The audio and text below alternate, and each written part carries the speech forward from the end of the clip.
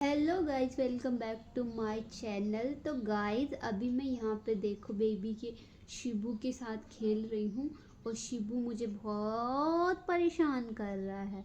ये कह रहा है कि मम्मा नहीं नहीं मुझे फ़ोन दे दो, लेकिन मैं इसे फ़ोन नहीं दे सकती क्योंकि अभी तो ये छोटा है, तो इसको फ़ोन नहीं दे सकती हूँ। तो गाइस अभी जब बच्चे छोटे होते हैं तो इस उम्र में इनको फ़ोन से दूर रखना बहुत ज़रूरी है, नहीं तो ये बड़े होके जैसे जैसे बड़े होते हैं तो ये फ़ोन को अपना मतलब जैसे होता है कि खाने के टाइम बिना फ़ोन के कुछ करते भी नहीं हैं। तो ऐसी मेरी शिवा की भी आदत होने लगी है, तो इसलिए मैं इसे फ़ोन से दूर रखती हूँ। लेकिन वीडियोस तो बनाना ही पड़ता है, तो क्या करें गाइस। तो गाइस आपको वीडियो अच्छी लगती है तो लाइक ज़रूर करें, पेज को फॉलो ज़रूर करें, और आपको वीडियो कैसी लगी एक प्यारा सा कॉमेंट ज़रूर करें। और शिवा का यहाँ पे देखो देखो शिवा कैसे जा रहा है उस पर।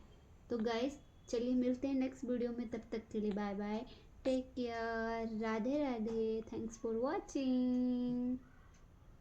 छोड़ो बेटा।